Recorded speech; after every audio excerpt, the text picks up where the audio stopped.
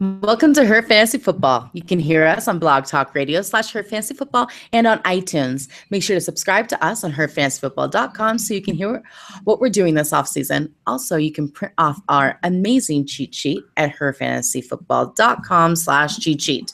And a friendly reminder, make sure to tune into our radio show on SiriusXM Fantasy Sports Network from 9 to 11 Eastern on Saturday night. Also, you can chat with us on Twitter at Her Fantasy FB and on Facebook / Her Fantasy Football. I'm your host, Courtney Kirby, and the band is back together. First time in a few weeks. I'm here with my sisters and co-hosts, Brandon, Marianne Lee, and Ashley Williams. Dun, da, da, da. We just got back from Canada. Oh, Canada. Colder than I thought. We just got on an off week. I guess so. It was just really nice because we came back to Denver and it's like 89 degrees. Mm-hmm. Enough already. Enough. We are going to be going division by division, starting off with the NFC East, finishing off with the AFC West. So we will go over briefly touch on must starts. I think we are all pretty familiar to who we want to start. And if we put them in the must start category, then you can draft them with ease. Then we'll have our worried people, maybe people that you are going to draft, but that we just have some concerns about, and some deeper picks in the drafts, kind of our sleepers or guys that are going low that there's maybe a reason why they're going low. So we'll start off with the NFC East with Brandon and the New York Giants, her home team's rivals. Yes. I'm kind of just pro New York. It's fine. Okay. I mean, it's okay. I don't know. So you're a Yankees fan. Sure. Okay, sure. All right. I mean, I don't know. Sure. I'm a Colorado fan first, but I live here, so it's nice to go to games. I don't know. I'll go to a Giants game if they ask me. It's fine.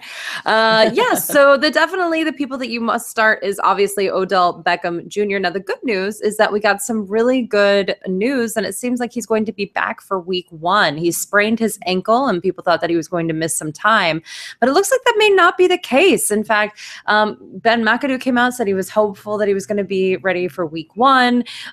He says he's going to be fine. I think he's going to be fine. I think at most he misses 1 game. And I don't know. I think this is good stuff. And you can get him at kind of a discount, not like a huge discount, but if you're in auction leagues, he might go a little bit cheaper than you think he's going to. Although I just did an auction draft tonight, and he was the most expensive wide receiver to go off the board because everyone else had gone off the board already and people wanted an elite option. So, you never know, you guys, you never know. Another person that's been hurt who's in the worried category is Brandon Marshall. He has a shoulder injury. Supposedly the Giants aren't concerned. I am. Am I allowed to be concerned? Mm-hmm. I'm worried about him. He definitely is a great, touchdown threat. People are excited about that. But the reason why we're worried is because he hasn't really been able to practice with the team. He hasn't been really acclimated yet. I don't know. I think that the shoulder injury is a little bit bigger. And again, because he's older, he's not a young man anymore. And I'm going to tell this story one more time. I tell it every season about my beautiful Russian friend who, when I moved to New York, I was in my mid-20s and he was in his 30s. And he was talking about being old. And I said, "Oh, you look great." He's like, "I know. It just takes longer." And I think that's what's going on here. I mean, I think, listen, he's 33 years old. It just takes longer in terms of recovering from injuries. So that's why I'm nervous about him. Evan Ingram is someone that I'm nervous about, but I'm starting to get less nervous about, to be honest with you, because he has been doing the every down role of a tight end that we are surprised that he's playing because of pass protection, which supposedly he was weak at in college, but certainly I guess they trust him. Now, Evan Ingram is not someone that you need to draft high by any means. But, hey, if you're in a really deep league and you need a flyer, you could do worse. Sterling Shepard. I don't know. He's the third wide out. The Giants have the most 3 wide receiver sets in the National Football League. Also worried. And then Pearl Perkins. No one has any idea what's going on with this backfield. In fact, the only person I would kind of like, which is my deeper pick, is Shane Vereen. You heard me. I kind of like these pass catching backs really, really late that you can get for value. So I guess that he's one of my deep picks, and not a deep pick other than the fact that you take your defense towards the end. But I also like the New York Giants defense. Eli Manning, on the other hand, Your favorite. You guys, it just keeps getting bad. 7 for 14 for 121 yards and an interception in the third preseason game, which is supposed to be the dress rehearsal. Let's just say, again, supposedly bad dress rehearsal, great show. I don't know. That's all I gotta say about that. Eli Manning is so vanilla. There's no way he's in any great show. I mean, you know, he could be in Shakespeare in the Park somewhere, I'm sure. Yeah. Is the guy who's like moving the cardboard box back and forth. So it looks like there's Eli has no emotion. Yeah. I think he's funny though. He did all that stuff with Peyton. He could be a funny, I don't know.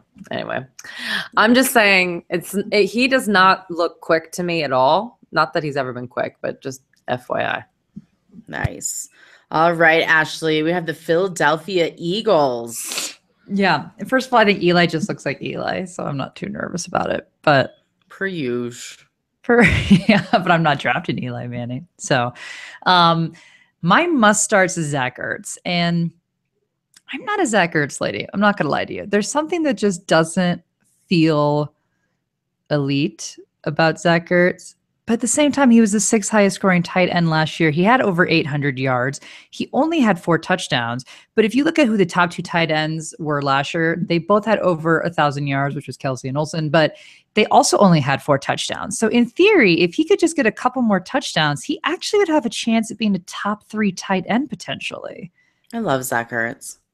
There's just something unappealing about him to me. There's nothing wrong with him, right? But he's not a guy that I'm always like, ooh, I'm targeting Zach Ertz. But in reality, I mean, he's got potential to have a really good season this year. We all are going to be like, I mean, our only good tight ends are all like at retirement age.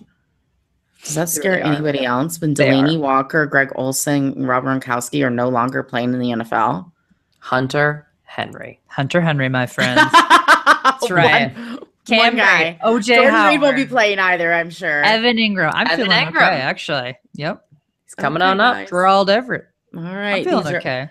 Wow. Okay. Sure. I'm not feeling great. I hear a lot of Eric Ebrons coming out of your mouth. No. A lot of potential. Never. A lot of potential. No, okay. I definitely like Zach Ertz more like Eric Ebron. And that's saying something.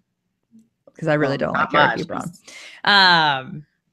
Anyway, I think he's a start, right? So I like him. You can get him in the 8th round. So there's really good value there. He's the 10th tight end coming off the board. So he's being valued a lot lower than what his value was last year in terms of where he fell. So I think he's a good pickup for this year for you to target.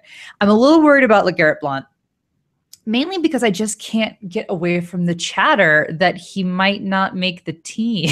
I'm like, what is going on? I'm annoyed. This is what annoys me about preseason is that he's a ground and pound back, which never does incredibly well in the preseason. And he's had very limited snaps, right? He's only had 13 carries. So that's not a whole lot. He's averaging less than 3 yards, which is certainly not great.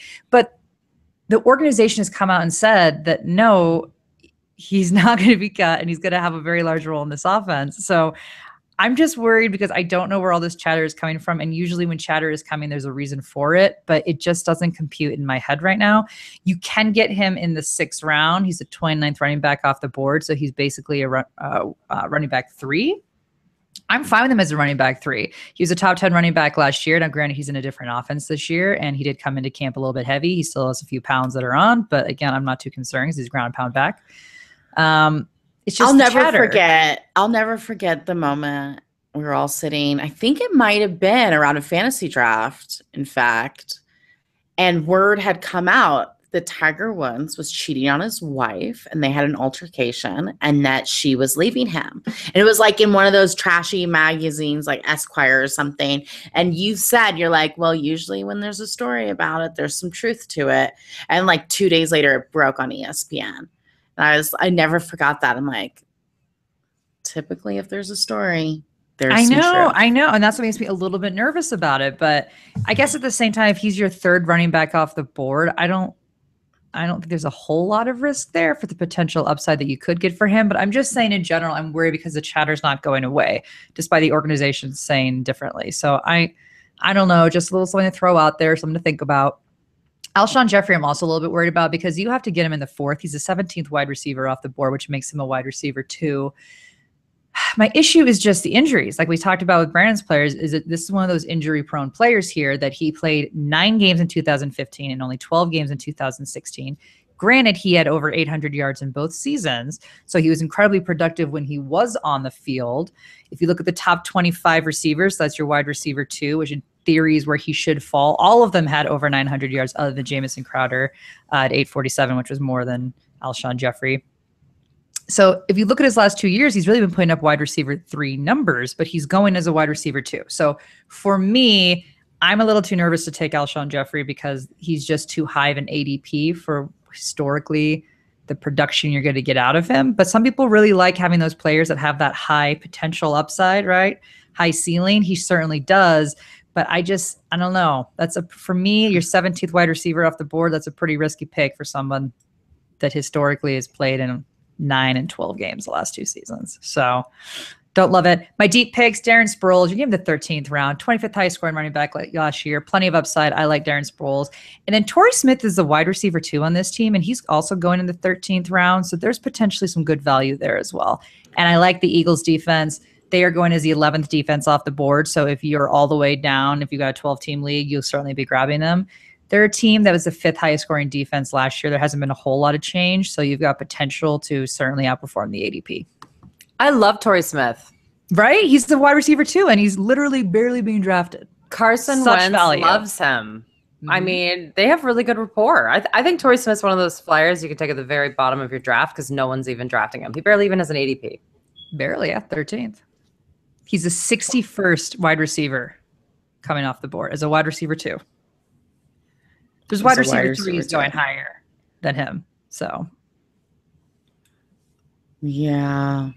I don't know if I'm there.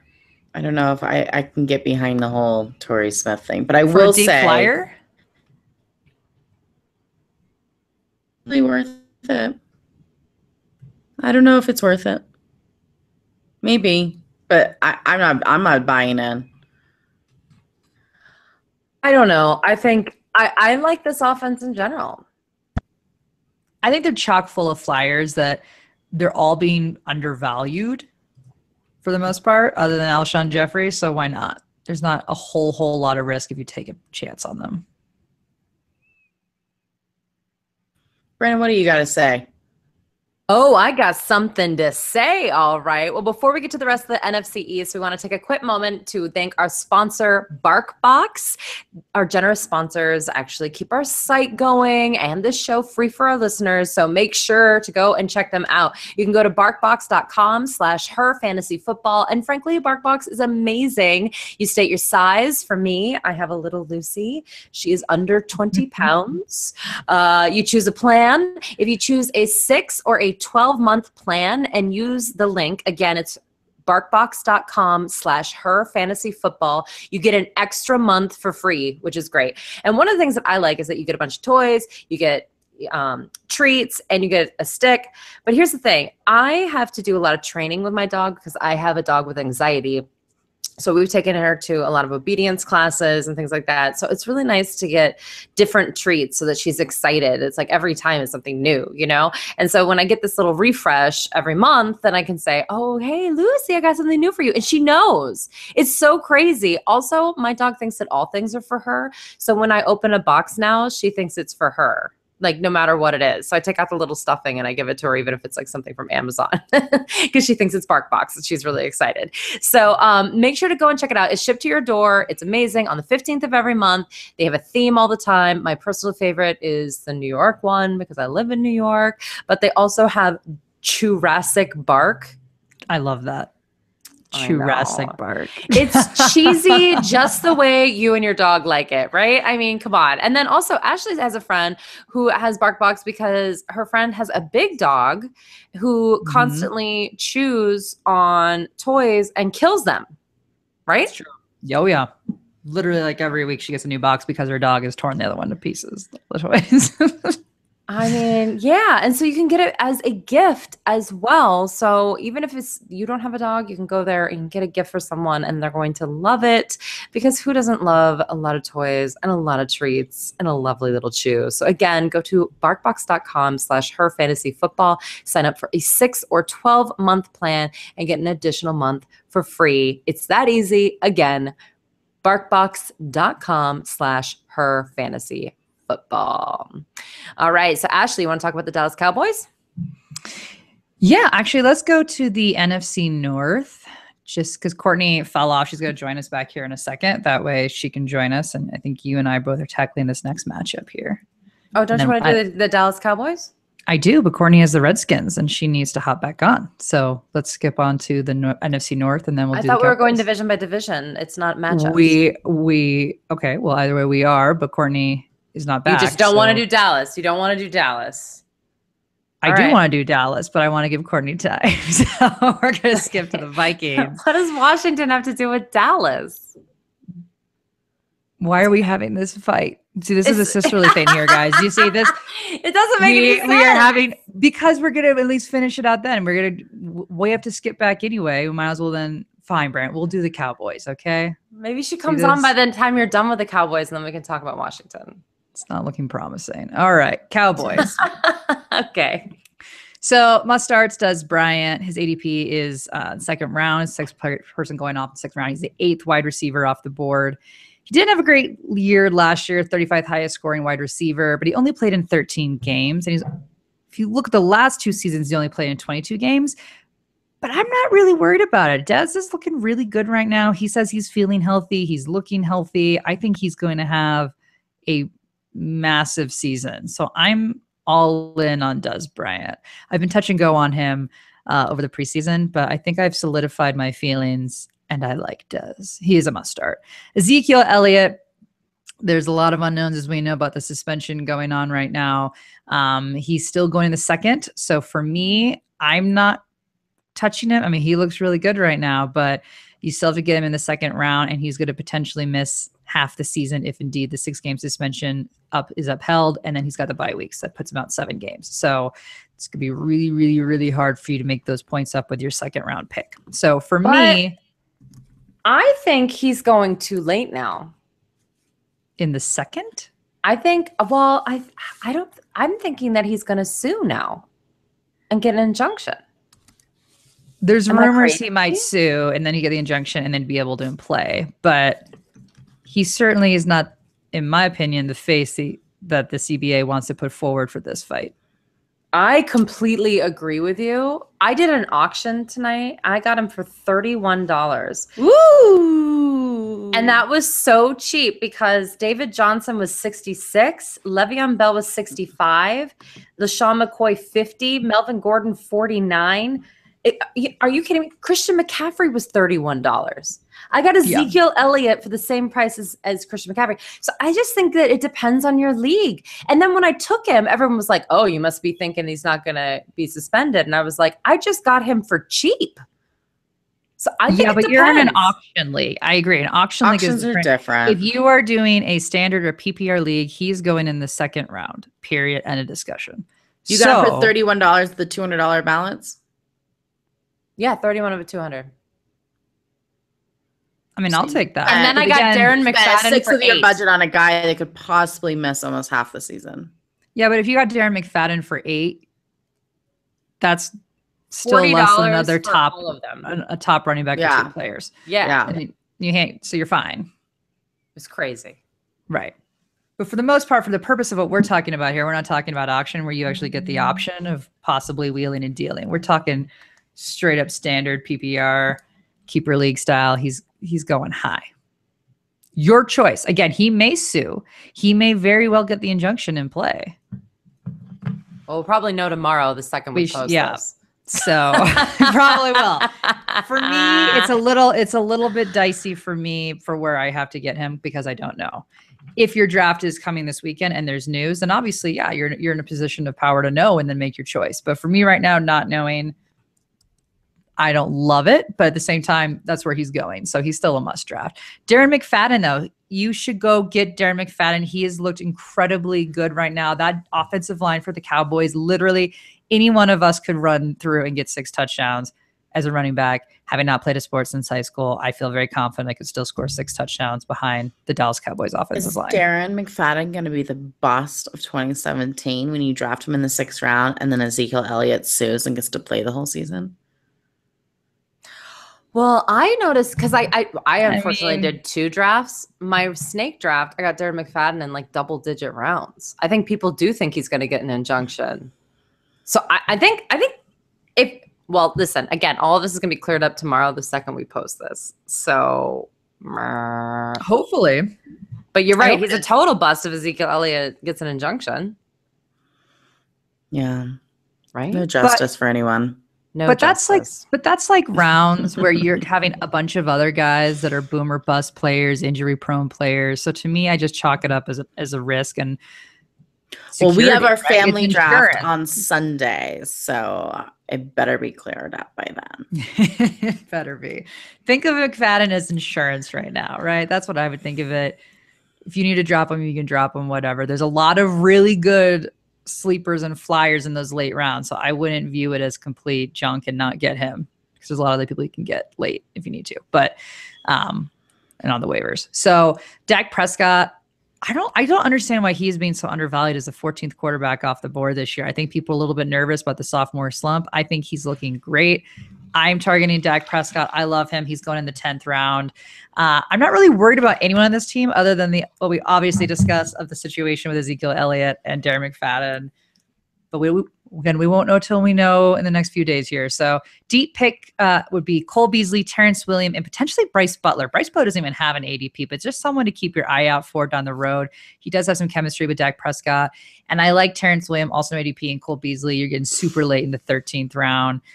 They're good options. Now, Courtney's going to kill me. Jason Witten is going in the 13th. Courtney hates Jason Witten. I don't love Jason Witten either, but he is the 16th tight end off the board. He was the 12th highest scoring tight end last year, which actually surprised me. So depending on the size of your league, Jason Witten is a potential option because he has been targeted a lot in preseason.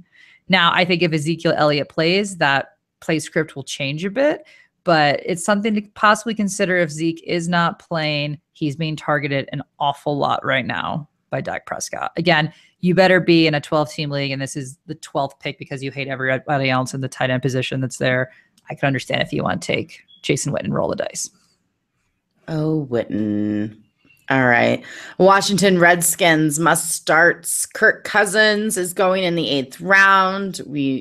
Everybody knows how we feel about him. Terrell Pryor, he's going in the 3rd round. A little high, but could be amazing.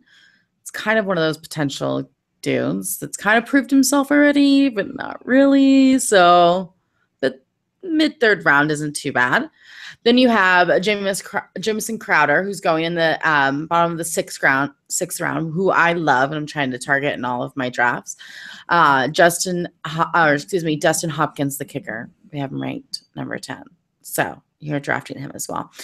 Who I'm worried about really in general is the whole backfield for the Redskins. I don't love Rob Kelly. He's going in the 7th round, which isn't awful. Samaje, right? Yep, Samaje Perine, which I tried to say in like 10 different languages, I think, today to my husband. He's like, you're never going to get that right. I go, I know. I just say Samaje, and then I wait for Ashley to finish it because she loves the name. It's a great name. So it's how we're going to get through this season. So both of these guys scare me for several reasons. They have the 2nd toughest schedule for running backs. And it's most likely going to be a running back by committee. They have a pretty good offensive line, which I like. I'm concerned. Maybe I shouldn't be concerned, but I think a lot of people were burned last year by this running back core. And I'm not sure it's just going to be the 2 of them. You know, Matt Jones, who was supposedly the starter for half the season last year, he's still on the team. There's another guy floating around in there. I don't think the coaches are super confident with them. It makes me not super confident in any of them. But the 7th round for number 1 running back isn't bad. So if he comes to me in the 8th even, I would feel good about it just because you get such good value for a leading back. Jordan Reed, of course, is a guy I worried about, right? You're going to draft Jordan Reed in the fact that it's high risk, high reward. He does have the 4th hardest schedule. Never had a full season of being healthy. But you know that when drafting him, right? So it's kind of like, all right, do you want to wait until mid-5th round to draft a tight end that could get injured? Okay.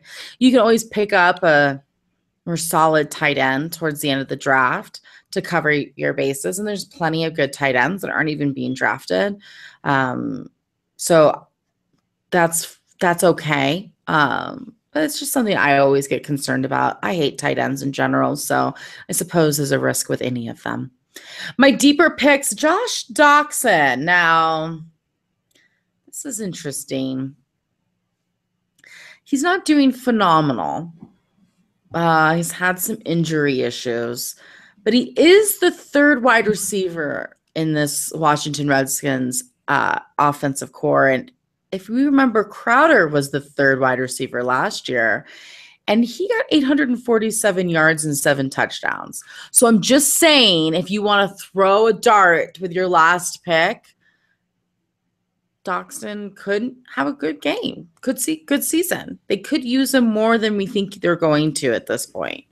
So I don't heat that. If it's a guy you're already probably gonna drop anyways, could be worse. So you're more willing. They loved him last year. Like when they drafted him, yeah. I mean, people thought he was the best wide receiver in the class, maybe in terms of like being NFL ready. So he just got hurt. Like that happens. So here's the question. Would you rather draft Josh Doctson, wide receiver 3 on this team, or Torrey Smith, wide receiver 2 on the Eagles? I don't think Torrey Smith is going to keep his job as a wide receiver 2. I don't think Torrey Smith is as good a wide receiver as we think he is anymore. Because the depth is so deep with the Eagles. I don't think they need depth with the Eagles. True. I don't think they've really ever used their depth with the Eagles. Do you know what I'm saying? Like I think who's going to replace him? Nobody needs to replace them. There's plenty of offenses that don't ever use their wide receiver 2s. Atlanta Falcons, Cincinnati Bengals. Now, granted, they have an amazing number 1, but still, like, I don't think they really use a consistent wide receiver 2, say, as the Denver Broncos do, or the Washington Redskins, like there's teams out there that use multiple wide receivers. The Eagles, to me, aren't them. The Redskins are. They are gun shy when it comes to their running backs, that I feel like they like to use all the wide receivers humanly possible. So you're saying Doctson. Brandon, you? I think I'd do Torrey Smith. But that's just because the preseason, Carson Wentz has just loved him. And I mean, he's getting used to all of his new weapons. So if he already has that rapport, just, I don't know. I will say Doctson is one of my favorite wide receiver 3s, though. Oh, for sure. No, and I like both of them. This is obviously, these guys are only in the deepest of leagues. So at that point, I feel good with either of them, frankly, because you're taking them so late. Right. And they're guys that, like, you can drop and not feel bad about drafting them in the first place, right? Yeah. Because they're hopeful people. They're not people you're really relying on. All right, let's move to the NFC North. We have the Minnesota Vikings. Ashley, must starts? Must starts. Dalvin Cook. Love me some Dalvin Cook. I'm not even remotely concerned about Jerick McKinnon or Latavius Murray having any impact on this offense and vulturing anything. So love Dalvin Cook. He does need to work on his pass protection. But we knew this going in. I said this, I don't know how many months ago, but the only reason why he may have, say, Murray come in for that. But I think he'll get better and better with experience, and I love Cook. So he's going in the 3rd, 15 run back off the board. I think he's well worth it. Feel good about him. Kyle Rudolph, love him. He's going in the 8th round, 9th tight end off the board. He was the 3rd best last year and has the 2nd easiest schedule this year.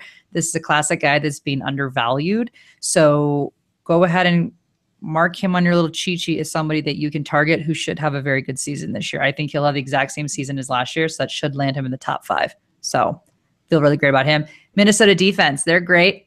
6 defense going off the board. This is one of those defenses that if you don't like streaming defenses, then to me, they're kind of in that bottom of that tier where these are the defenses that you're playing week in, week out. For me, that's Minnesota. But again, I'm not opposed to always streaming defenses, literally every single game. So if you don't like streaming defenses, Minnesota is certainly a defense that you can take early. But they're going the 11th. You can generally get lower than that depending on the league that you're in. Defense, we suggest taking as your absolute last pick. So if you miss out on them, that's fine. Again, you can stream and be just okay.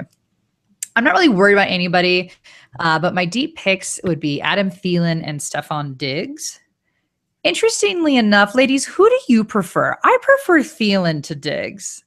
Yes. But Diggs is going much higher than Thielen. So what's interesting is that Diggs is going in the 6th round. Thielen's going in the 11th round. But if you look at how they fell last year, Thielen was the 28th highest scoring wide receiver, whereas Stephon Diggs was the 39th highest scoring wide receiver.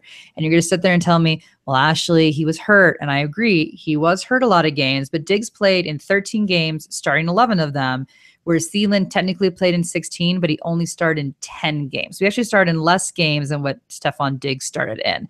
And he had more points and it was a higher scoring wide receiver. So I just feel like he's got a slightly better chemistry with Sam Bradford. So I prefer Adam Thielen than I do Diggs, where you can get Thielen in the 11th round. So to me, I'd rather have that value than for Diggs. And then Sam Bradford, if you're in a 2-quarterback league, I like him this year. He has the absolute easiest schedule of all the quarterbacks. So something to note. I just did a draft last night on Yahoo, and I got an awful report card, and it said I needed to study more, which I thought was hilarious. But the reason why is because I reached for all my players. I picked every guy a round too early because of that darn 4th and 5th round that I just hate everyone. Yep. I just started bumping everybody up one. I just was like, no, I don't want that person. I'm just bumping them up one. And my team's fabulous. I have Aaron Rodgers and Antonio Brown, first of all, which whoever gets, that along with an amazing team. But sure, I reached for everybody, but I have a great team. I got the best guy in every round in that round early. So to each their own, I say. To each their own. But I would like to take a moment to thank another awesome sponsor, PristineAuction.com. That is PRISTINE auction.com. Pristine Auction is the perfect place to find that perfect piece of sports memorabilia for your man or woman cave. They always have a daily auction ending nightly, always something perfect for a fan of any team. Listen, these are authentic items. Authenticity is everything. They get their items from trusted sources, and it's probably more affordable than you think. I think last week we checked and we saw Rob Kelly, which we just talked about the Redskins.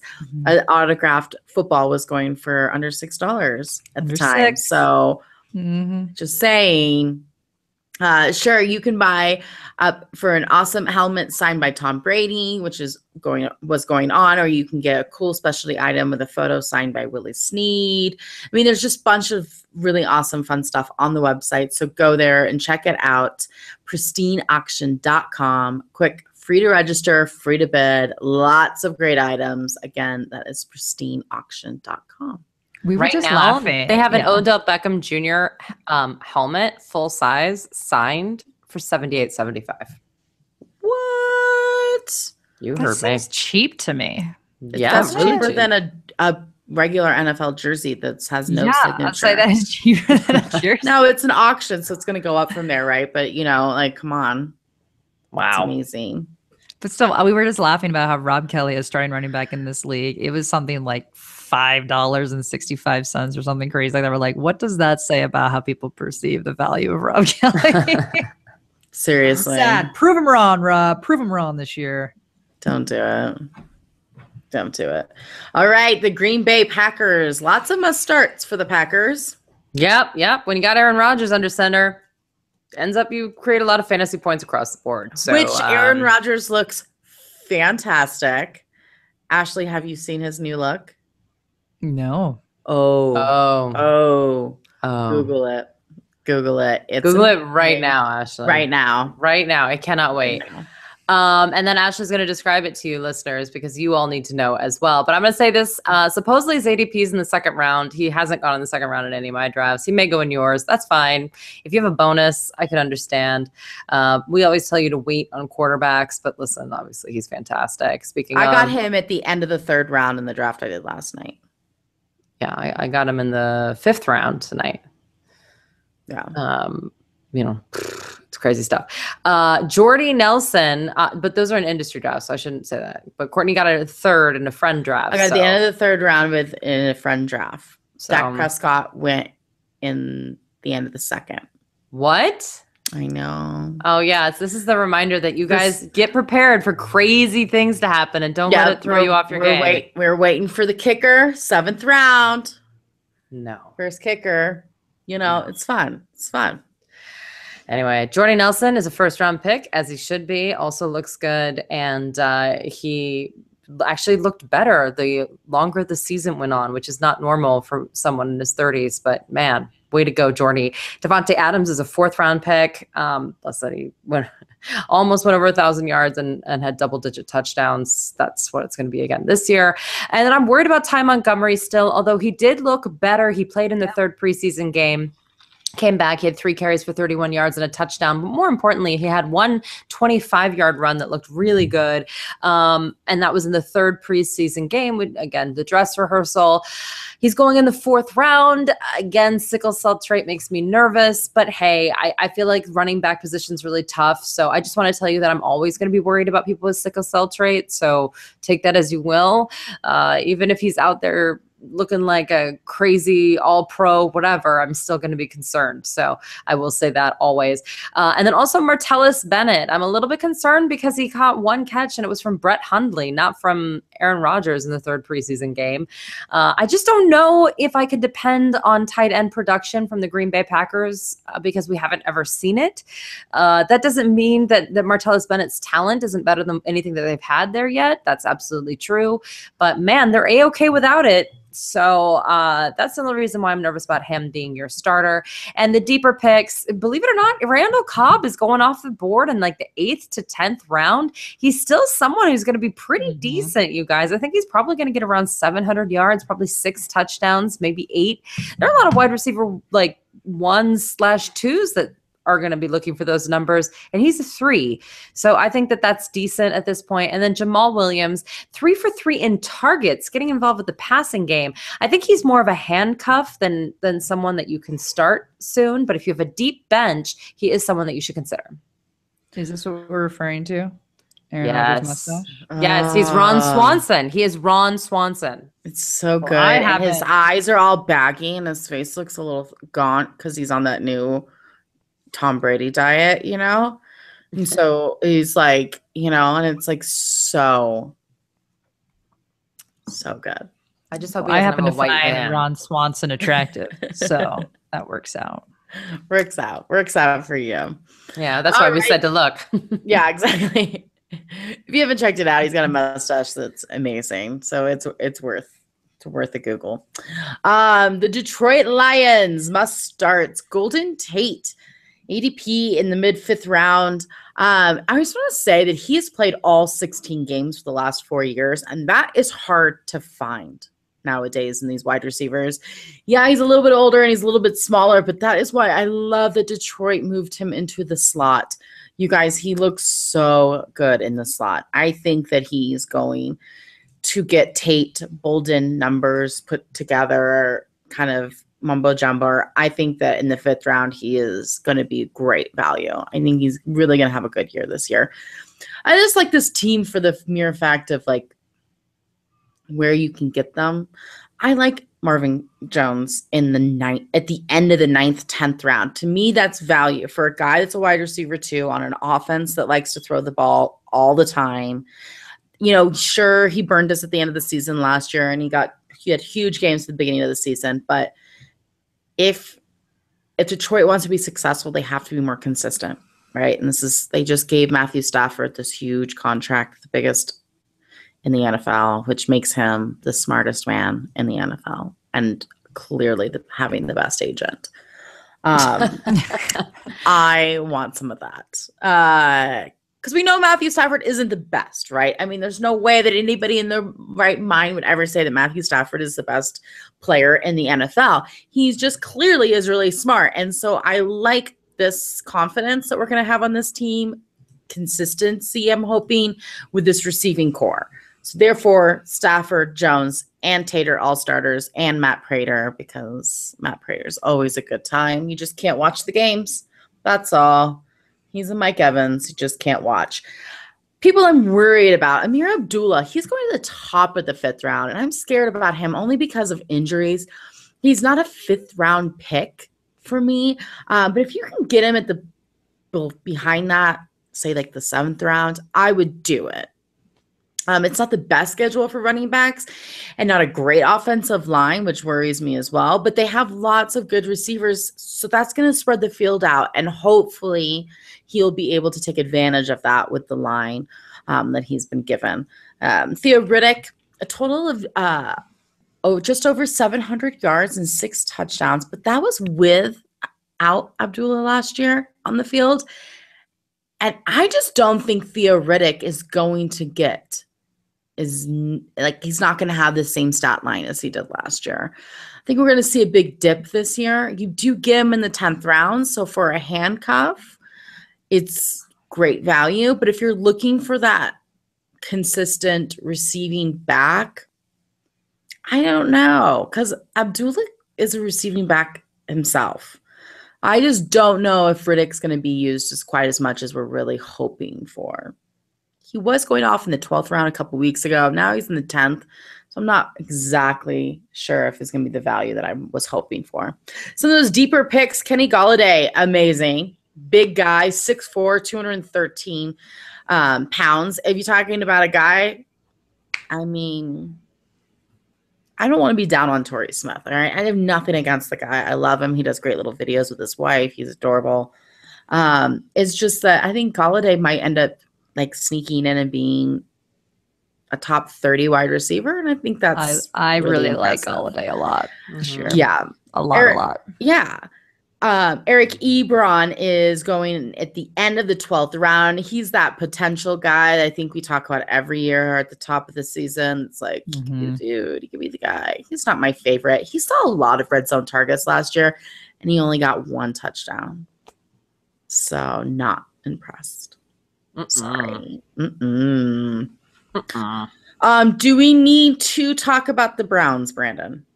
The Bears, you mean? I mean the Bears. Yeah, I got the Browns too, so don't worry about that. The Browns are legit. The Bears, on the other hand, we live in a weird world, people. We live in a weird world. I'm gonna say this: Jordan Howard is a 2nd round pick. You guys, all of the preseason, it's been all about volume for him. He is not going to average 5.2 yards per carry again. That's not true. But if he's going to be on the field all the time, which it looks like he's going to be, then you should feel A-okay with it. One of the deep picks that I have is Tariq Cohen, who is someone that they brought in who's really good in the passing game. The problem is that Jordan Howard actually had the 3rd best pass protection grade according to Pro Football Focus last season. So it's going to be difficult for them to justify taking him off of the field for Tariq Cohen. Now, I don't have a problem with Tariq Cohen. I think Tariq Cohen's a really good stash in a deeper league if you could have him on your bench, because I think they'll have to use him a lot if something were to happen to Jordan Howard. And I'm not normally a handcuff person, but in this particular case, the volume could actually be detrimental to Howard down the stretch. So I'm okay with that. And one of the reasons why that's going to happen is because, unfortunately, one of our favorites, Cameron Meredith, tore his ACL and a little PCL damage. But the good news is they thought that he obliterated his knee a la Teddy Bridgewater, and ends up that he's going to be okay. He'll be back next season, and he just turns 25 next month. He's really young. Yeah. So unlike Jordy in his 30s, it doesn't take longer for him to recover. So hopefully he will come back. Best of luck to him. Now, it could be Kevin White. It could be Kendall Wright. And by the way, saying those 2 names together, really weird, right? Kendall Wright is legit. I like Kendall Wright out of these 2 by far. Yeah, I don't know if anybody ever likes him on the field, but he's good when they use him. Yeah, and they're using him in the slot. They want to depend on him for volume. And I'm also going to say, but here's the problem. Both of them, their ADPs have skyrocketed. And frankly, when Kevin White's been on the field, he's averaged 9 targets per game, but he's only averaged 5.21 yards per target. So that's not good. So it's the good and the bad. Good and the bad. Now it's only been a 4-game sample for Kevin White in 2 whole seasons. Right. So, at this point, it's kind of who knows. And actually, there's this guy named Tanner Gentry, who is an undrafted guy from Wyoming, who's had a really good preseason. He's a wide receiver. If you're in a super duper duper deep league, Mitchell Trubisky loves him. Now, here's the deal with my worried people. You can't draft Mike Glennon, although he is the undisputed week 1 starter. John Fox is conservative. It is what it is. But when they start to falter, Mitchell Trubisky's had a fantastic preseason. He's scored 4 touchdowns to 0 interceptions, and then Glennon has scored 2 touchdowns to 2 interceptions. They aren't even close, frankly. But that's what they're going to do. They want to be conservative. They want to work him in. They're nervous, etc. And actually, he's going to be playing in the 4th preseason game. That's Mitchell Trubisky. So that's a bad sign. I'm not sure I draft any of the wide receivers on this team. I don't think I would either. I just am giving you really deep names just in case. But I think that I would let someone else draft them and or pick up people on the waiver wire. I think a lot of you don't play in that deep of leagues, so you don't need to care about either of them. And I guess that's how I would take it. Yeah. All right, the NFC South. We're start off the Tampa Bay Buccaneers. Your must starts, Mike Evans, which I'm so happy they're on Hard Knocks because everybody's watching him drop balls. And I feel like that makes them scared to draft him, but that's why you don't watch him. No. It's totally fine. He gets all the fantasy points that you could ever dream of. You just can't watch him. So I love Mike Evans. Jameis Winston, he's going in the 7th round. That's your guy. You do you. I haven't drafted him, but I'm not worried about him. I just don't. I think he isn't going to live up to your expectations. That accuracy is not improved a whole lot yet.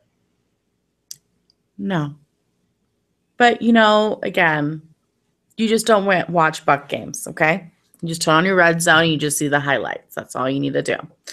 Who I'm worried about, Doug Martin is still going in the 4th round in a lot of drafts. I think that's a little high. I mean, yes, he's only missing 3 games, but he's not guaranteed a spot when he comes back. They're literally in the middle of the pack when it comes to schedule, so I don't feel like that's necessarily a factor. But I just think that's really high for somebody who wasn't super impressive. They have a really bad offensive line, missing 3 games, and isn't even guaranteed a spot. I don't know. What do you guys think? Are you drafting him in the 4th round? No. But I haven't seen him go that high though. But again, it all depends on what cheat sheet you guys are using. Again, go check out herfantasyfootball.com/cheat sheet. Ours is going to be smart and pump your brakes. So you're probably not going to get him if people want him in the 4th. But yeah, you're right, Courtney. It's this Hard Knocks bump that he's getting because he does look good this preseason. I get that. I don't know. I feel like, but as you said, Courtney, the 4th round is kind of a dead zone. So maybe that's why he's going there, right? I mean, maybe it's that people are like, well, it's this or Joe Mixon. So I guess I'll go with Doug Martin. Dead zone. It's a dead zone. Yeah, I mean, if you look at who's around and you got Tevin Coleman, Ty Montgomery, Adrian Peterson, Danny Woodhead, Paul Perkins, Mike Gillislee. I don't feel great about any of them. So do we like any of those guys? So you're just kind of rolling the dice, but I agree with you. Out of all those guys, Doug Martin's the only one that's for sure not playing 3 games. Right. But he is getting the Hard Knocks bump for sure. That's okay. Let him bump. Jacquizz Rodgers is going in the 9th round, and he is the guy starting this off the first 3 games, possibly longer. So to me, 9th round for a guy that is going to be the guy for 3 games, it's fine for me. Deshaun Jackson's going at the end of the 7th round. I'm worried that he hasn't done much for his new team this offseason. He's only had 2 full seasons in the last 9 years in the NFL, and one of those was his rookie year. So I would rather like a Emmanuel Sanders or Willie Snead in that round, and they're going right around then. He's crying about not getting the ball thrown to him. And sometimes that works, but I feel like you should have done that during the season, not in preseason, because that mojo's just going to wear off. Your deeper picks, OJ Howard's ADP is in the 12th round, while Cameron Brate's is in the 13th round, and Brate is the guy. So take Brate. I mean, Howard in the 12th round isn't awful, so it's not like you're like wasting. I don't know. You might end up being wasting a pick. It seems like they're really going to be using him for blocking and not using him for receiving until like further into the year. But that could be a fake out. They probably will do some tight end 2 sets. So we'll see. But Cameron Brate, you guys, perfect guy to draft if you're going to draft Jordan Reed, right? In the 5th round, and you're having that risk factor. Cameron Brate is the guy. New Orleans Saints, Ashley. Yep, must starts. Michael Thomas, Drew Brees. These are givens. We don't even need to talk about it. Who I'm worried about. I'm just going to focus on 2 players in particular here: Mark Ingram and Adrian Peterson. Okay, so Peterson is going in the 5th round as the 24th running back off the board. Ingram is also going in the 5th round as the 26th running back off the board. Now, what's interesting here is Ingram is the undisputed starter. It's not a question. He is the starter that has been declared. So now Adrian Peterson, he's going to play. He absolutely is going to play. But if we look at Ingram last year, he had over 1,000 yards and averaged 5.1 yards per carry. He had a good year. And this was while he still was in a committee. Okay. So last year he played 46% of the snaps. And then the rest of that, 25% went to Tim Hightower after that. And then Tavarius Cadet got 21%. So Adrian Peterson, in my opinion, is going to fall somewhere in that Hightower range, probably higher. I think he'll be probably more in the 35% range, maybe 40. And that we're going to see a much smaller percentage that might go to Alvin Kamara, who I do really like, especially if you're in dynasty leagues. I like Kamara, but I feel better about Ingram because we already know what Ingram's numbers look like in a share, right? Because again, he only played 46% of the snaps and he's able to still get over 1,000 yards. I love that. Adrian Peterson, on the other hand, he's never been in a committee situation, so I'm a little more nervous about that. But Ingram's never had someone like Adrian Peterson as that 1-2 punch either. So is there a chance that Adrian Peterson can outperform Ingram and become the starting back? There probably is. But I guess the question is, and I'll ask you ladies, is the 5th round too high to have a risk like this where you could lose your starting job to Adrian Peterson? Or in the case of Adrian Peterson, is it far too high to go in the 5th round when you're not the starter? I have 0 Adrian Peterson in my life, and I feel fine about it. I also have 0. I also have 0 Adrian Peterson in my life. But I know Courtney likes Adrian Peterson. But to me, I like Ingram, and I do have Ingram in my life. And I'm a little nervous that, Peterson hasn't done amazing. He rushed 6 times for 15 yards in last week's game. That wasn't exactly amazing. He didn't do amazing prior to that. The last year, Grant, he was injured. I know this, but it's still Adrian Peterson. So should I be worried about Ingram in the 5th? I like him because I know what he can do with a share. This is my feeling, Ashley. Mom and Dad just went and saw Mariah Carey and Lionel Richie in concert. And this is how I feel about Mark Ingram and Adrian Peterson. So Mark Ingram is Lionel Richie, okay? The goodie. He actually was the main act in the show. Mariah Carey came on early. But a lot of people came to the show just for Mariah Carey and then left before Lionel Richie came on. Now, Mariah Carey was a complete diva, and I'm guessing because she wasn't the main act, didn't perform very well. Now, just saying, this could be the same scenario where Lionel Richie comes on and he's amazing, and everybody who bought into the Mariah Carey act are disappointed, right? And they miss out on the great show. I so hope somebody makes note that you are comparing Adrian Peterson to Mariah Carey, because I am sure he would love that. This is the greatest metaphor that's ever been on our show. If Ingram was Lionel Richie and Adrian Peterson was Mariah Carey. No, but I get what you're saying. I mean, it's where I'm having this issue right? here. It's the classic. It's the Mariah Carey's. She's the one that's drawing everybody in. But Lionel Richie is actually the best performer and is the one that's underrated. So you're saying that Mark Ingram's going to go all night long? He's going to go all night long. I mean, I feel better about Ingram than AP, so we're already spending too long on this one. But for me, I like Ingram more, just because we at least have a baseline of what Ingram can do in a share. Where we don't really know what AP can do. He ended the show with "Make the World a Better Place." You know, Michael Jackson, but Lionel Richie wrote it. So I'm just saying, Ingram could make the Saints a better place. He could. Sean Payton didn't hate him. Well, you know what? Well, I don't know, but they paid him, so he's the starter. He's the starter. Despite the fact Adrian Peterson has a higher ADP, Mark Ingram is the starter. I want to make this very clear. Fly through these deeper picks for us. Deep picks. Again, I love Ted Ginn Jr. and get him in the 12th. Willie Snead's going in the 7th, which is, to me, very high for the third wide receiver on this team. He's not even the starting wide receiver 2. That'd be Ted Ginn. But I do like Willie Snead. 7th's a little too high for my taste. But Willie Snead in the 12th, I'll take that all day. Alvin Kamara, you can get in the 13th. I'm fine with you taking a flyer on that if you want to. There might be some other picks that you would rather have in that area. I do think he's going to get some touches, though, because, again, as we said, Sean Payton's all about the committee when it comes to running back. So he will get some looks. And then Kobe Fleener, I don't love Kobe Fleener. He was only targeted one time in the last preseason game. They just aren't using their tight end. They don't like Kobe Fleener. It is what it is. Don't go down that road. All right, the Carolina Panthers, it's really easy. You're drafting all of them. All of them. Christian McCaffrey's going in the 3rd round. It's high. It's risky, but I'm not against it. Calvin Benjamin's going in the 4th round. I find that extremely undervalued. And if you want to look at our rankings, I bumped him up again. Greg Olsen is going in the 5th round. Classic. Cam Newton in the 8th round. Total steal. That might be the best value pick of 2017. I'm sorry.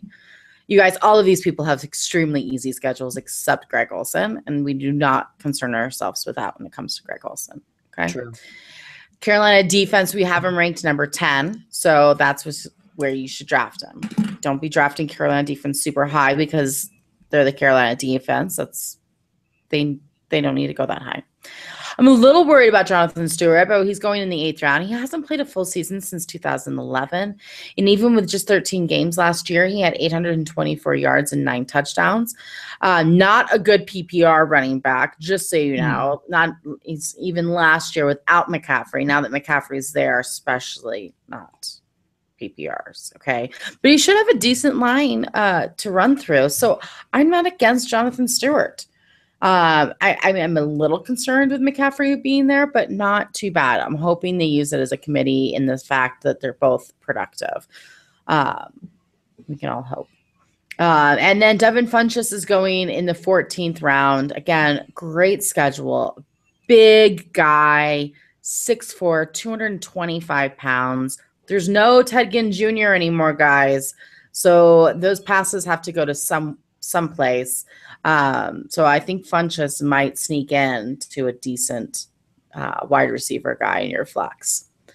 Atlanta Falcons. Fantastico. All right, you guys. So Julio Jones is obviously a fantastic athlete. He's gone for over 1,400 yards in each of his last 3 seasons, but he's only scored 6 to 8 touchdowns in all of those seasons as well. It's surprising and a little bit of a bummer, but he's still a must play because 1,400 yards is a lot. Devontae Freeman is the only running back in the National Football League to have over 1,000 rushing yards in each of the last 2 seasons. Isn't that weird? It is weird.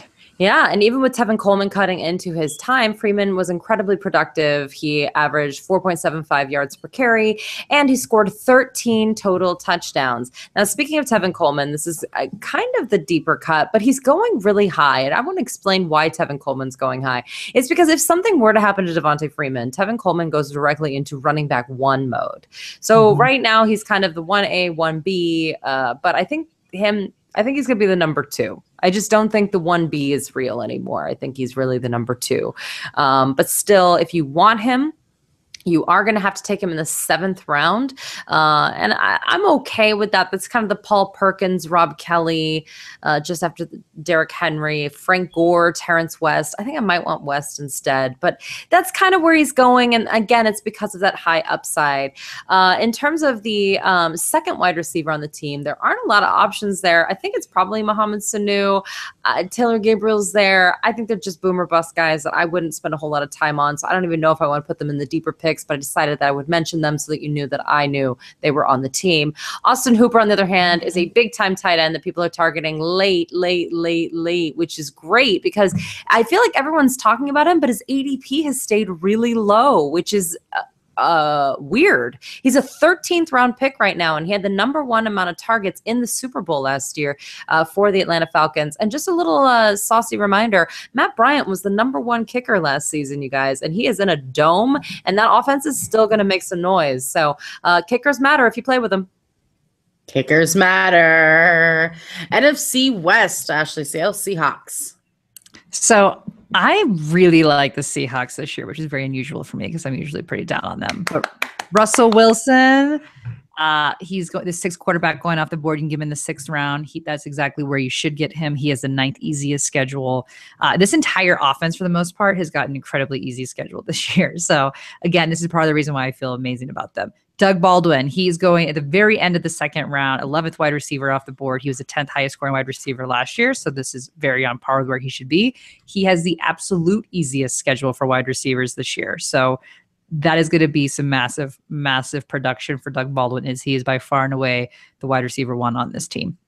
Jimmy Graham is going in the 5th round, 5th tight end off the board as well. He is finally healthy, and he had a good year last year as the 4th highest scoring tight end. He doesn't have a good schedule. He's the only one that doesn't have a great schedule. But to me, it's Jimmy Graham. He's one of those players that you don't have to really focus on whether the schedule is easy on the matchup. He's going to do great. I'm very excited that he's healthy, and I think he's going to be utilized a lot this year. Seattle defense is another team that you could draft. Players that I'm worried about this entire running back core. As Brandon was talking about 1A, 1B, I don't know what this is, like 1A, 1B, 1C, 1D, 1X. They just will throw anybody in for the most part. Pete Carroll says he's got no problem having co-starters.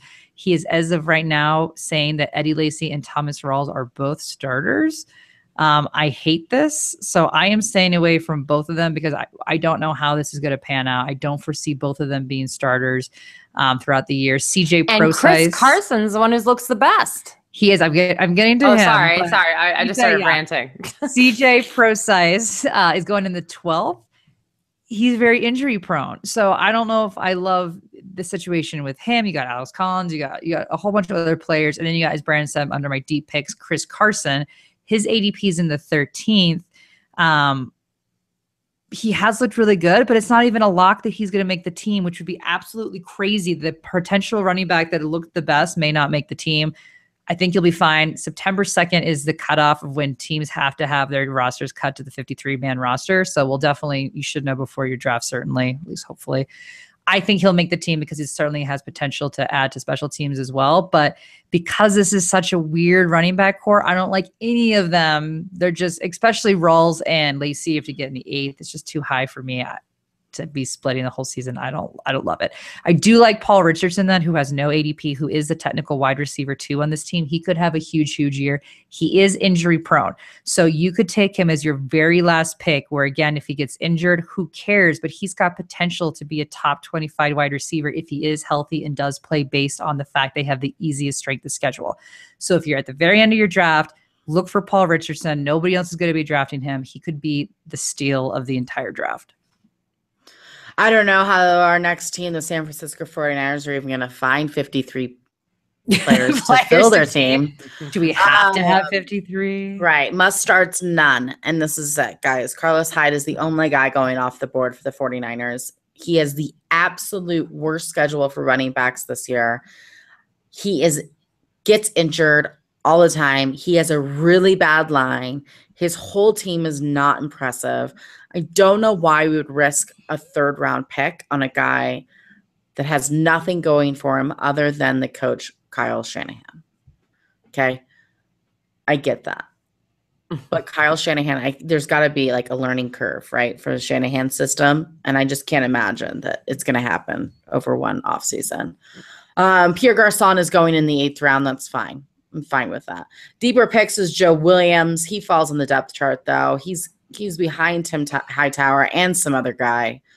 So, I mean, I like Joe Williams in Dynasty, but I don't know if I'm risking it in regular seasons. And Marquise Goodwin, I do like him. I think he is the Taylor Gabriel of Kyle Shanahan's offense of the Atlanta Falcons of last year. I think that Goodwin is fast and good. I don't know how consistent he's going to be on that team in a really bad schedule, but which is such BS. I can't believe they give 49ers the toughest schedule out of the league. I think that's mean. I think it's mean. They give the Jets the easiest. Why not give the 49ers the easiest? It's BS. All right, I'll move on. That's all. I'm not going to waste our time with the 49ers. All right, Ashley, Arizona Cardinals. This one will be quick. Larry Fitzgerald, he's a must draft. Again, insanely great value. He's a 26 wide receiver coming off the board, yet he was the 14th highest scoring wide receiver last year. You can get him at the very end of the 5th round, probably in the 6th round, realistically. This is purely an age factor. People are afraid that he is old and that he won't do well. You do not, until Larry Fitzgerald actually has a bad season, do not sit there and downgrade him because he is old. Okay? He has to die before you not draft him. Right? I get why people are scared with some players. You do not need to be scared with Larry Fitzgerald. This is incredibly great value for you. Again, love Larry Fitzgerald. David Johnson, he's the first player going off the board. So unless you have the first pick, you're not going to get David Johnson. But if you are the first pick, you better take David Johnson. Like David Johnson. So he's going to have another amazing year. That's a given. Cardinals defense, they're consistently good. 4th highest scoring last year. They're going to 7th defense off the board this year. You can get them in the 11th round. Again, if you do not like to stream defenses and you like to have a defense, the Cardinals are certainly a team that you should be targeting. Who I'm worried about would be John Brown. John Brown is the wide receiver 2 on this team. He did look good last preseason game. He's going in the 10th round. He's the 46th wide receiver being taken off the boards. But I won't go into all the sickle cell because that's Brandon's favorite topic. But he does have sickle cell trait as well. And I wouldn't dare steal it from Brandon. But wow. Wow. My favorite topic. Well, when it comes to health injuries. Yeah. No, it's true. It's just really sad and warped. But yeah, okay. Yeah. But my issue with John Brown, yes, he's in the 10th, so he's a late pick for a wide receiver too. But in 2014, he only started 5 games. 2014, 5 games. 2015, 11 games. 2016, only 6 games. Now, when he's in, he does really well. But to me, I'm willing to always pass on the boomer bust players. He's a boomer bust just by default of how many games he's going to play. When he does play, he does incredibly well. So if he falls to you and you're willing to take a risk and you're going to play him when you know he's healthy and that he's actually going to play, he probably will do well for you.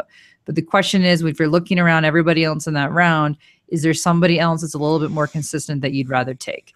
It's really personal preference on whether you like the boomer bust players. I personally tend to stay away from them, but he's kind of in that range that it's okay for you to take a risk on it. So that's a personal pick.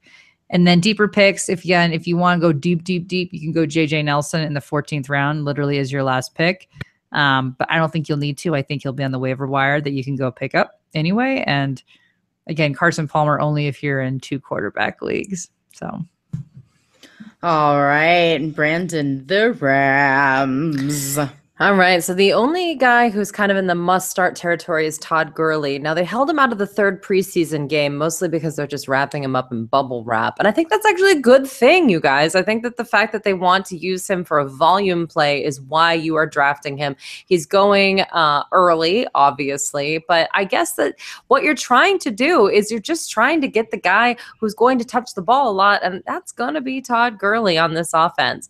I'm worried about any other wide receiver not named Sammy Watkins or Cooper Kupp, but I am also worried about Sammy Watkins. I wanted to say, though, that especially Tavon Austin, he hasn't been healthy. He hasn't been able to practice with everybody. And then Robert Woods has just not come through and shine. Now, Cooper Kupp had to miss the 3rd preseason game due to a groin injury. And there were some people that thought that maybe that would put him behind or et cetera, because he'd been kind of the favorite target for Goff. Well, let me tell you, the wheels came off. Sammy Watkins didn't even get one catch. Jared Goff was just turning over the ball over and over again. It looks like the Cooper Kupp is kind of the tape that's holding all this together. It's incredibly interesting. So I still like Cooper Kupp in the 14th round. And yes, he is still going in the 14th round. None of this makes any sense. Sammy Watkins makes me a little nervous again, but man, he's still really talented. I hope they get it together, but it could be a slow start. So if you are drafting him, you need to be prepared for a disappointing beginning. And Gerald Everett has really kind of made the case to definitely be out there at least on the 2 tight end sets, if not more than that. He's caught 8 passes for 48 yards over the preseason. And so I still think that in the deepest of leagues, I'm intrigued. All right. Okay, I think we're going to move on to the AFC East, ladies. Miami Dolphins. Ashley? Yeah, so this is an interesting team that we talk about the Hard Knocks bump. For whatever reason, this team is getting the Jay Cutler bump. And yeah, isn't that weird? And hasn't been a thing in years. But you know what? Let's talk about it. So Jarvis Landry is going in the 6th round, 30th wide receiver. Interestingly enough, Devontae Parker is now going above Jarvis Landry, which is really fascinating. And that is because of the Jay Cutler bump. Cutler has been loving him this preseason. As we all know, Cutler loves the deep ball, and Devontae Parker is the deep ball threat right now. Parker had 15.1 yards per catch as his average compared to Landry last year at 10.6. But Landry was the better wide receiver last year. Landry is the wide receiver 1. He was the 16th highest scoring wide receiver. So you're really banking on Cutler in the deep ball, in my opinion, to draft Parker over Jarvis Landry. But hey, if that's what you want to do, okay, I can kind of get on board, I guess. Jay Ajayi is going as the 1st round, the very end of it. I think he'll be fine. We might see a bit of a sophomore slump. It's not a sophomore year, but this will be his 2nd year as a starter. I think we'll be okay. I don't love a lot of the other running backs right near him either. They're all a little risky right around him in terms of what we got here. Well, that's not true. I like Jordan Howard, DeMarco Murray. But like Lamar Miller, I don't love. Marshawn Lynch has got some question marks. So I like JJ. Now, Kenny Stills going the 14th round. If you want to take a deep flyer on him, that's fine because Cutler throws. That's what he likes to do. But again, Parker's been the guy he's been tending to lean to. Earlier this season, we said Kenny Stills. I am leaning now Devontae Parker out of the 2 of them. And then deep picks, I don't think you should grab Julius Thomas. Some people are very high on him thinking that he's going to have a great season. But again, I think you can get him if you want to off the waiver wire. And I think there are other tight ends that'll be more consistent throughout the season. So that's it. All right, Brandon, the Patriots. No Julian. Why am I covering? I'm covering like all the teams with the major injuries. Okay, so Julian Edelman is out for the season. It was really sad. It was a non-contact injury, and we all knew exactly what that meant the second that it happened. There's been a lot of talk about Chris Hogan. People are obsessed with Chris Hogan, and I have no problems with Chris Hogan, but I do want to point out a couple things about him. A, he's the deep ball, and Julian Edelman is not, and so I'm not entirely sure how this all goes hand in hand. B, Chris Hogan was actually on the field already for over 80% of the snaps for the New England Patriots last season, and he ended up the wide receiver 60 in fantasy. So yeah, it could go up to 90%, but again, I'm just not quite sure. I think they're probably going to spread it out everywhere, which is why I don't really know if I like anybody. I like Tom Brady, obviously. You're going to have to take him in the 2nd or 3rd round if you want him, maybe down to the 5th. I don't ever suggest doing that, especially with someone that's older like Tom Brady. I do like Gronkowski, who is also kind of a deal right now in the 2nd or 3rd round. He used to be a 1st round pick, so that's just a reminder there. He's just much better than everybody else in terms of the other tight ends in the National Football League. I will say this about Rob Gronkowski. He's also the short ball. I think that maybe he'll not benefit. No one benefits from an injury, obviously, but his productivity will benefit from Julian Edelman's absence. But then it's just kind of a mishmash of, is it Danny Amendola, who used to work in the slot a little bit? It could be Chris Hogan or Brandon Cooks more downfield. But again, I think you're forgetting about the fact that Tom Brady has always done short passes like Drew Brees. He's very accurate on short passes. So he needs that. And that's just not what these guys do. But listen, it's going to be spread around. You know who I think is going to do it?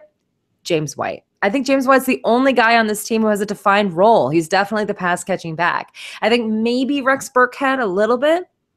And then everybody else, I just don't know, you guys. It is going to be all over the place. The target share is borderline unintelligible in terms of like trying to make a projection. And by the way, I was going back and forth today with Mike Clay of ESPN, who is like a stat guru, and he was saying the exact same thing. He's like, this is the worst time. This is the worst team to project. I have no idea what this Chris Hogan thing is about.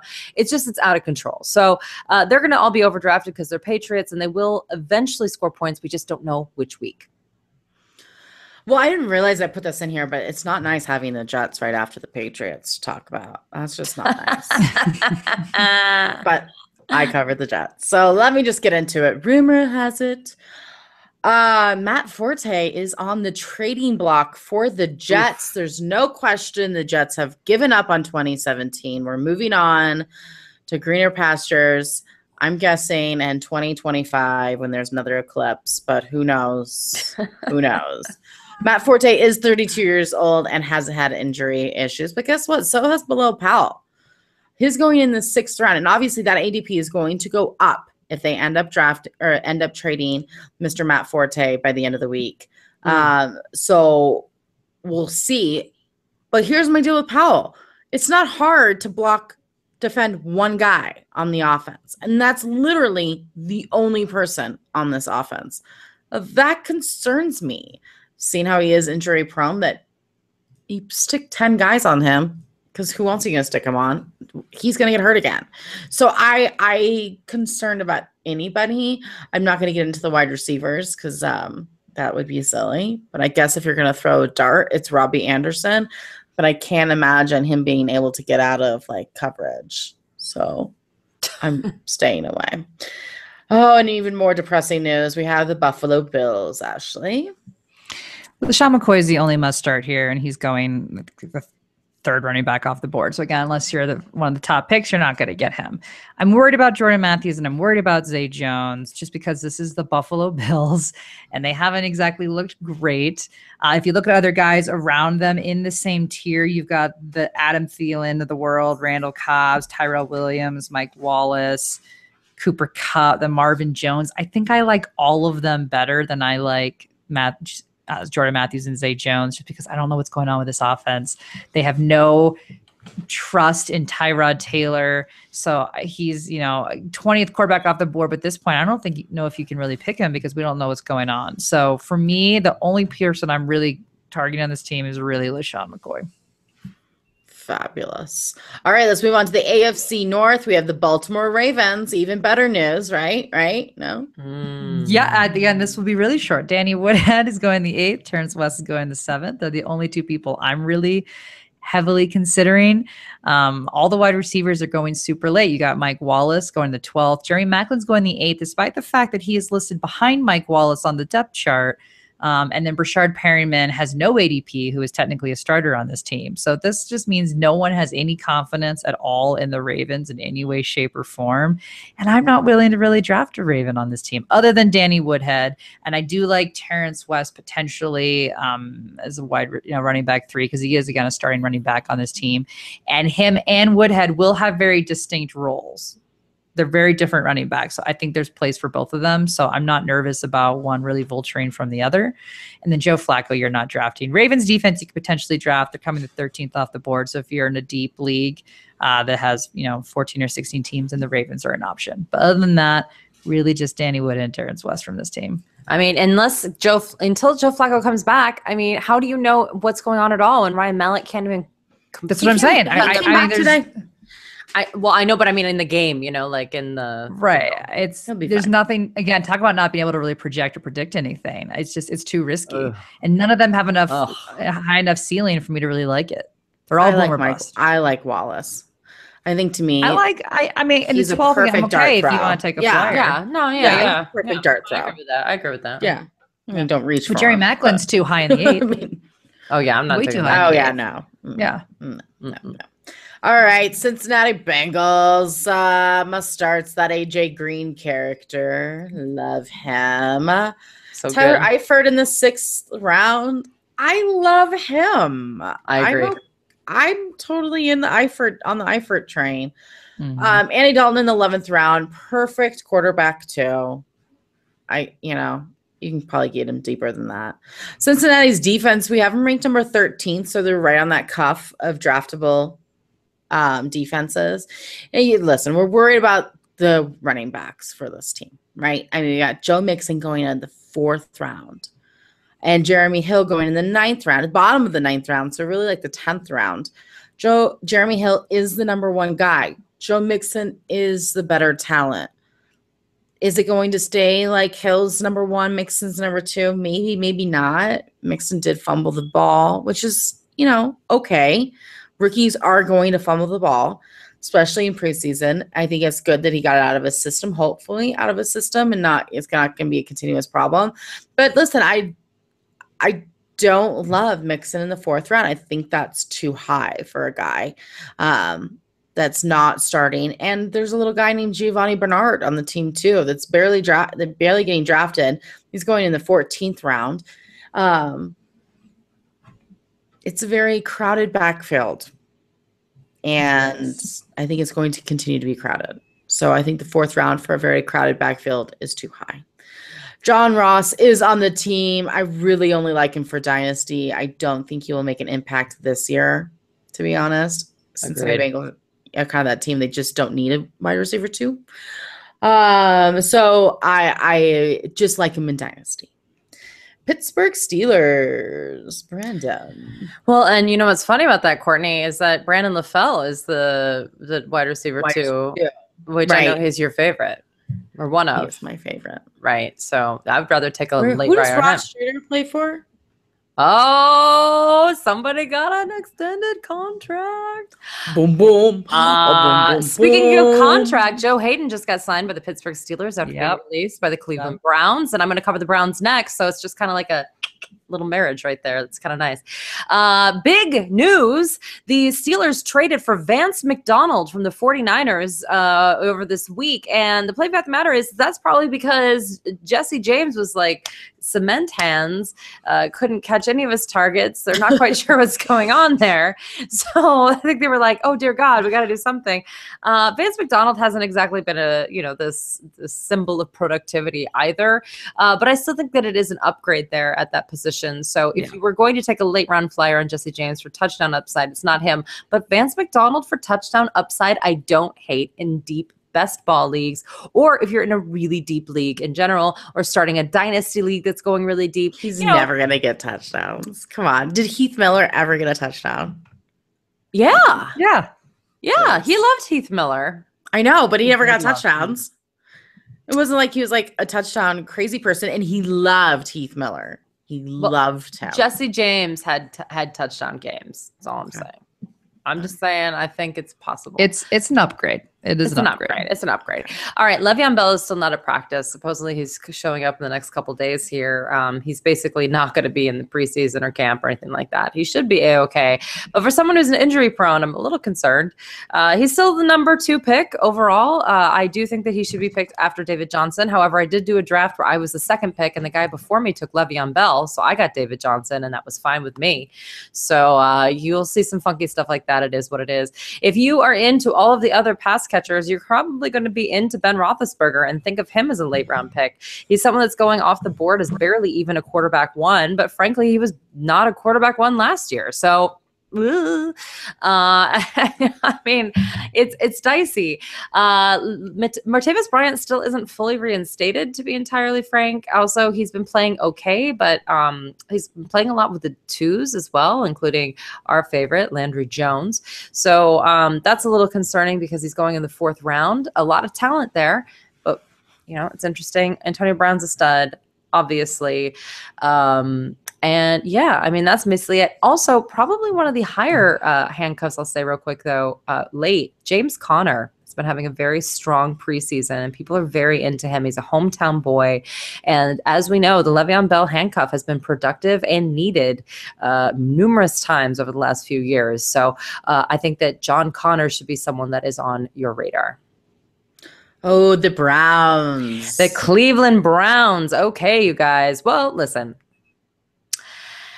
I always say that it's really great to go and get value in bad teams at the wide receiver position. You can still get that with Kenny Britt. Right now, he's going over in the 11th round overall ADP. He went over 1,000 yards last year with Los Angeles Rams under Jeff Fisher, which is crazy. But I'm going to tell you something right now, guys.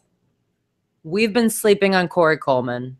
Corey Coleman has had 14 to 6 targets in comparison to Kenny Britt. And Deshaun Kaiser is now for sure, and it is Deshaun, even though it's spelled Deshaun. Deshaun Kaiser is the official starting quarterback for the Cleveland Browns. And they even said they're going to stick with him no matter what. And he calls Corey Coleman his boy or his man, or I don't know. They call each other male names. I don't know, one of those things. And then they call, and so they have this great rapport. I think, you guys, he is, just in the year before he got drafted, he caught 20 touchdowns, 2-0 at Baylor. I think this guy has the talent, but he got hurt in the preseason with a hamstring, but he's A-okay now. And I think when he got hurt with the hamstring, we all freaked out, myself included, but it's someone that you need to pay attention to. 10th round ADP. I've seen him go later. He's having great preseason. Pay attention.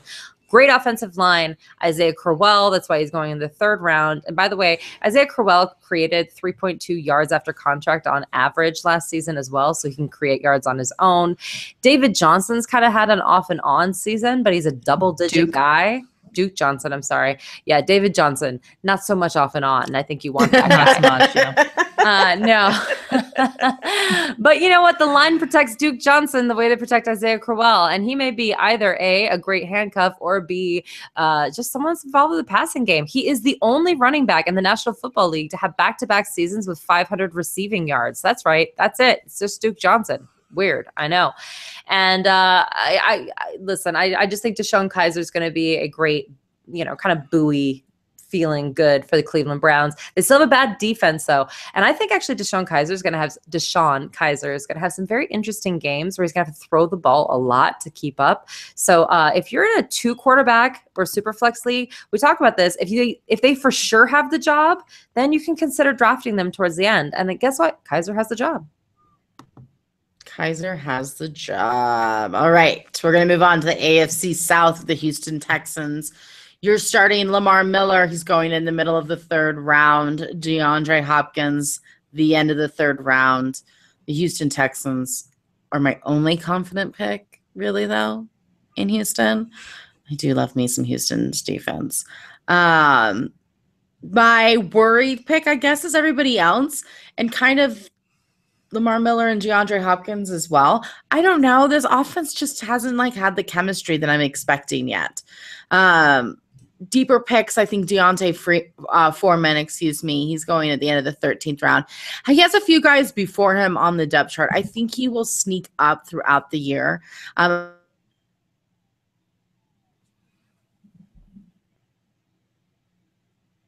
as for the quarterback situation, Tom Savage is the starting quarterback, but I don't know for how long. Deshaun Watson has had some difficult times. It's not like he looks fabulous either.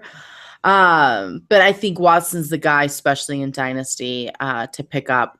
And he could end up being a quarterback streamer at the end of the year this year.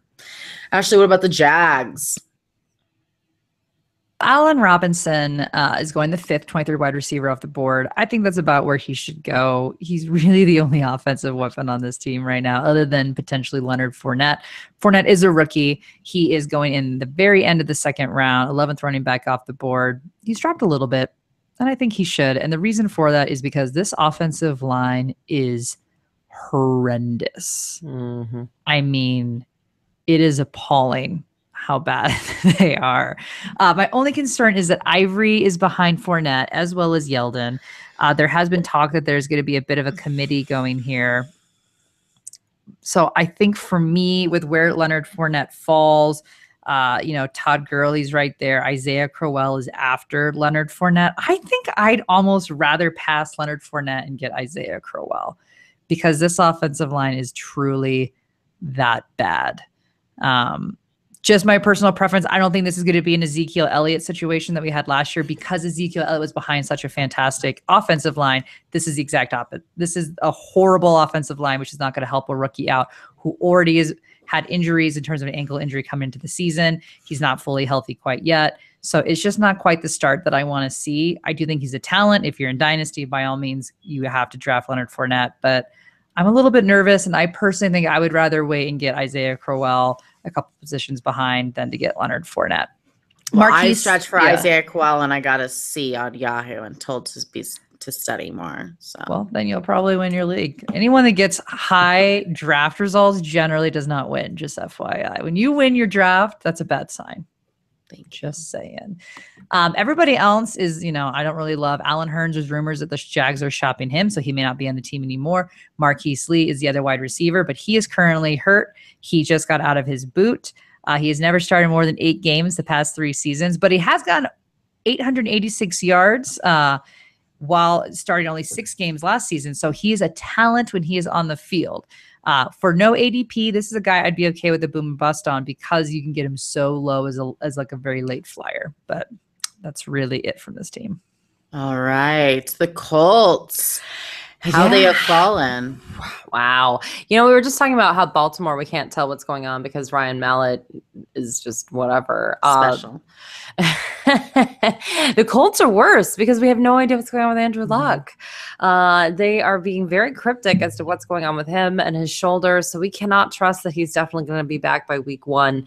And that makes everyone very nervous for guys like T.Y. Hilton, who is obviously a stud and will definitely be the number 1 target. But by whom? Because you know what? They're not even going to commit to Scott Tolzien because he's been so bad. They're actually considering they have a backup. I can't even find his name. Another dude that's just I just won't even go there. But point is that here it is, Stephen Morris, which isn't that the tobacco company? Anyway, and just maybe I was thinking Zach Morris from Saved by the Bell. There you go. Either way, it doesn't sound like Andrew Luck, and so we're upset about it. Dante Moncrief has been, Dante Moncrief. I listen.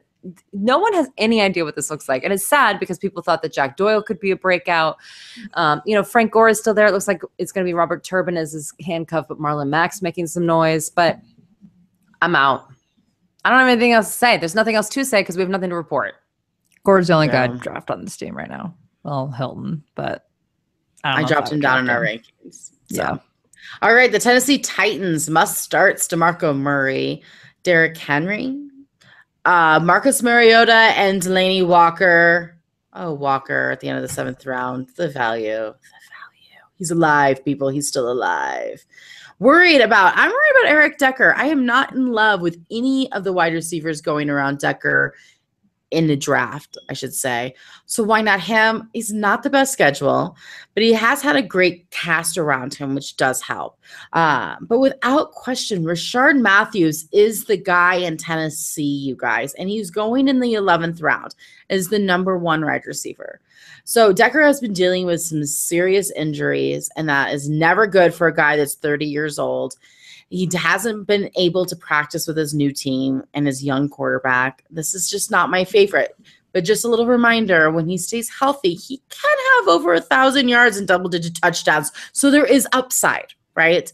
I'm definitely not like totally Debbie Downer about Decker, but I don't love the way he's coming into this season. Corey Davis' ADP is in the 10th round. Davis has been injured all of August with a hamstring issue. Soft tissues are never good. Perfect dynasty pick. He's very talented. He will be wonderful. I'm just not sure when that's going to happen this year.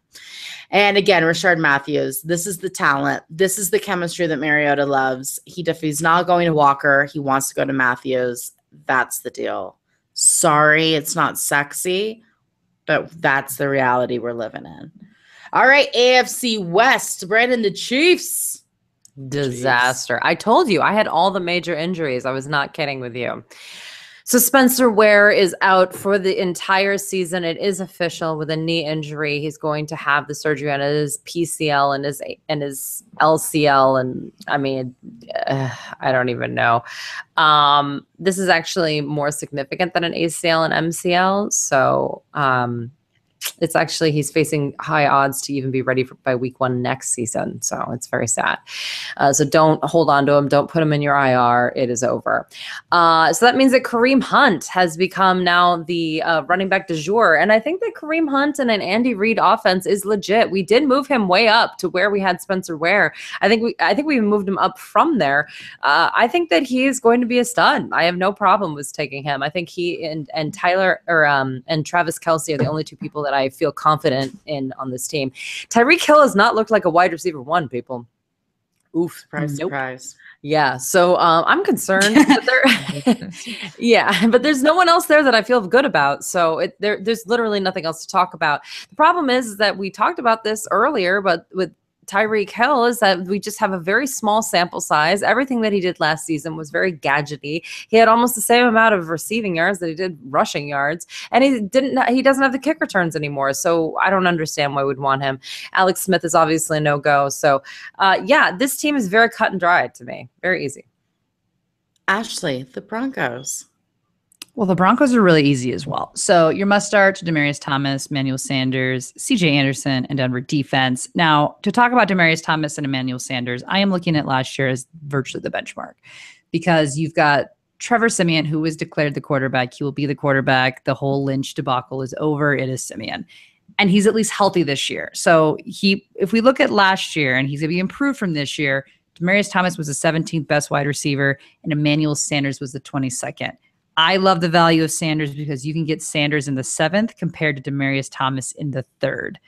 I'm okay with either one of them. But for me, you're getting virtually the same production, but for a lot later rounds out of Emmanuel Sanders. But again, I like both of them. And I think they're going to do better this year than they did last year. I think the year before they were, I want to say it was 16 and 18th highest. So they're always right within each other. So I like them a lot. C.J. Anderson, he's looked really good this preseason. He's going in the 4th round, 20th running back off the board. I would feel incredibly good about C.J. Anderson as my RB2. I think he's going to have a good season if he can stay healthy.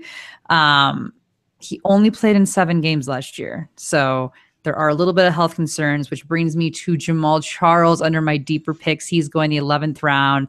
This is the classic preseason chatter of people's being like, well, we don't even know if he's going to make the team. I don't know about Jamal Charles. I'm like, just stop. Please stop this. This is ridiculous. He looked so good. It was exciting. He looked so good. He looked so good. Jamal Charles, you can in the 11th is insane value. Go get Jamal Charles. That is a great late round pick right there. There's a good chance that C.J. Anderson will not make it the entire time and that Jamal Charles will be able to step in, or they're going to find a role to play with Jamal Charles because he looked really good. So as did C.J. Anderson, they both looked really good. So I'm a huge fan of that. Virgil Green, no ADP for him. Don't love him, and don't draft Trevor Siemian unless you're in a 2-quarterback league and you're desperate. Yes. All right, the Oakland Raiders must starts. You have Amari Cooper going in the middle to the end of 2nd round. I think that's debatable. Michael Crabtree is going at the end of the 4th round. Sebastian Janikowski, we have him ranked number 11 for kickers. So he's right there on the cuff. They have a hard schedule. I've said it before. I can move on past it. They're very talented. I love their quarterback, who I didn't even put up there, but Derek Carr is there as well. So it's fine. I'm worried about Marshawn Lynch, age, lack of time on the field. I think that he's going to go balls to the walls at the beginning of the season. I will say that. I think he's going to be very productive at the beginning of the season, which also scares me for how old he is, that he's going to get hurt because he's going to be like, this is awesome. I'm back on the field. This is great. This is my team. Blah, blah, blah, blah. Bam. Done for the season. I'm not taking him. I might be the only one, but I'm scared. And then deeper picks, listen, their tight end situation, they typically don't use their tight end. But when it says the tight end has a good matchup, stream the tight end. He'll be available. Just stream him because you're only going to want him on that one good matchup when the receivers have really bad matchups. That's when you're going to want him. And then DeAndre Washington, I think Brandon drafted all of the running backs for the Oakland Raiders a few days ago. And it's not a bad choice because it is a good team. So it's with a great offensive line. With a great offensive line. And I think that the receivers have such a hard schedule that I think it's only going to be beneficial for those running backs. And with Marshawn Lynch being such a question mark with age and lack of time on the field, that I think Brandon's on to something here. All right, the Los Angeles Chargers. That name still sounds terrible. I think the only must start is Melvin Gordon, and the great news is he looks great. He looks great. Really he good. looks really good. And so I am all in on Melvin Gordon. I am okay with you taking him as your first pick in the first round. You do you. I think that he has a possibility to lead the entire league in rushing yards. That's what I think about that. Allen? I think he's also someone. I think that right now he's dropping a little bit in ADP. I think he also looks very good. Frankly, the whole offense looks pretty good, to be entirely frank.